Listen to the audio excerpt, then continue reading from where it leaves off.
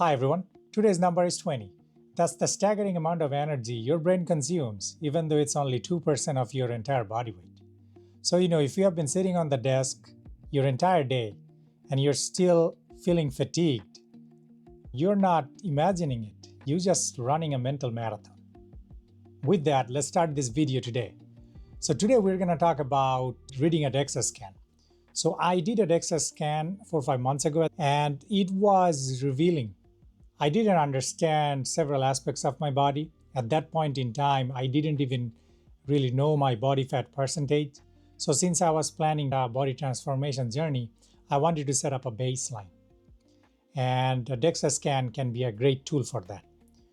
So there are several things that were surprising and that I learned from the report. Here are the 5 things that I'm going to go over in this video. Let's get going. The first one is total body fat percentage. As you can see, I've redacted some information to focus on the important information we want to present. So as you can see, at that moment in time, I was about 200 pounds. Lean tissue is 128 pounds. This lean tissue doesn't mean it's all muscles. It's actually bones and muscles combined. And as you can see, the fat tissue is 64.6 pounds. That's a lot of fat, and that puts me about 33.5% body fat. Now, where does that put me in the general male population? I'm at 90th percentile. What that means is I'm fatter than 90% of the males in my population. Not a good state to be in. We got to do something about it, and that's what I'm working on right now. Next is visceral fat. And I believe this is something all of us need to know regardless of our body fat percentage, because this can be high even for people that are lean. Anything over 2 pounds is really bad metabolically. I'm creeping up there, 1.71 pounds. As I lose fat, I get a track if I'm losing visceral fat. The ratio is 1.2. The ratio between the fat in my android region and my gynoid region, so top portion of the body to the bottom portion. Higher it is, more pear-shaped looking you are. We need to be less than 1%, less than 1. So again, that's something I need to focus on. Moving to the next section, the muscle imbalance.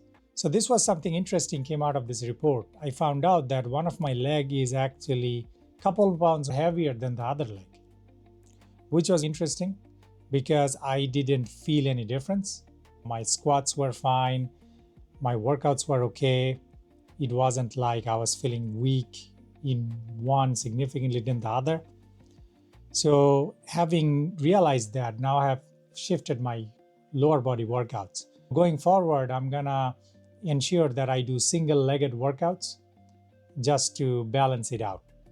I'm hoping within a year or so, I see significant changes here.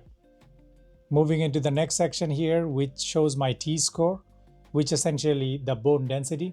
I'm at 1.1, that puts me in a normal range.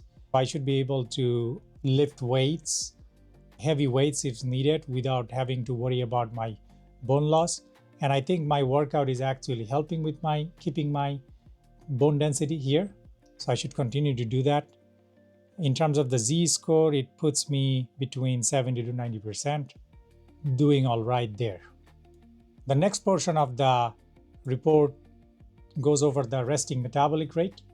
This is really important to know because even, I always thought that I need a certain amount of calories, right? But this puts a scientific number there stating how much calories my body actually needs at a bare minimum, about 1600 calories. I shared in my previous video that I saw that my maintenance calories is about 2300. That includes calories that I need for, moving about, going about my life, right? This is just if I didn't do anything, my body would need this much to survive. My maintenance calories are 1800. That's a bit closer to this one. So I'll be monitoring over the next couple of months to see if my 1800 calories is really low, if I feel more fatigue, if I have side effects. Without knowing this, I wouldn't understand why I would be feeling more fatigued. This also actually gives me a hope that maybe I can increase my calories a bit without gaining too much fat. We are at the end of this video.